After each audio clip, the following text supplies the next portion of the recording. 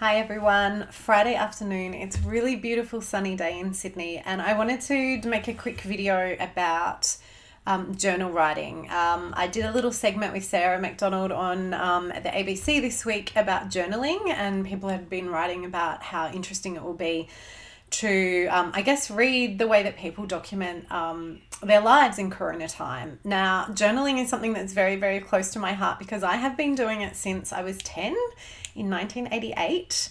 And it all started in this little book. This is the actual book, volume 1 of my 30 journals that I started in 1988.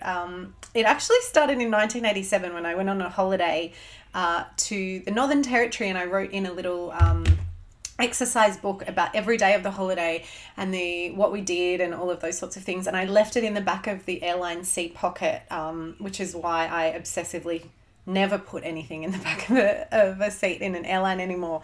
So journaling has been a really big part of my life. I guess my process of journaling has changed a lot over the years. And I think in the 90s I was really big on like putting in every single movie that I ever watched, the flyer from that, or the music that I went to, and did a lot of collaging and drawing and all of that sort of stuff. And I guess for the last 10 years or so, my journals have taken a form of like an A4 day to a page book. And 2012 was a pretty big year. This is 2012. So it goes in a book kind of like that, and it's like chockers of all sorts of things.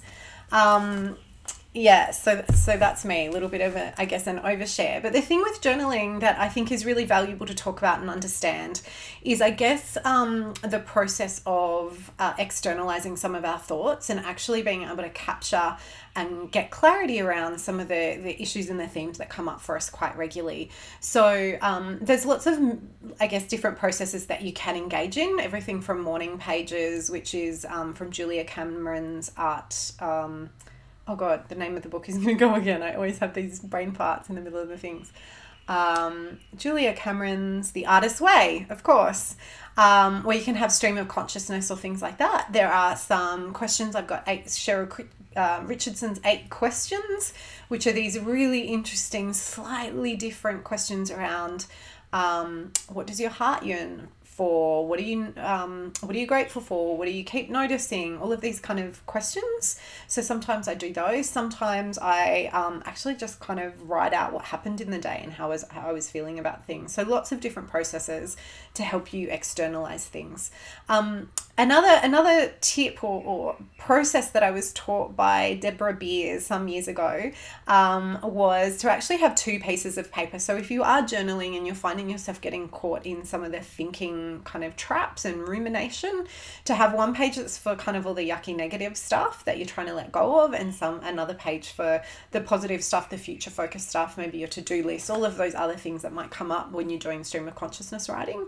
And to then really at the end of that session of writing, to focus on the good stuff and the positive future focused page, and to rip up and destroy the negative page with all the yucky kind of thoughts or ruminations and the not helpful dysfunctional thinking on it. So you're kind of not giving space to that and putting some focus on the positive.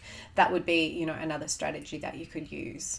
So the journaling thing, I guess, is really interesting. It's really interesting to me, again, from the perspective of the digital versus the offline, that this little journal was something that I guess I prayed no one ever read. And in fact, when I go back over it, I think, oh my gosh, I should burn it. I can understand why some people burn their things.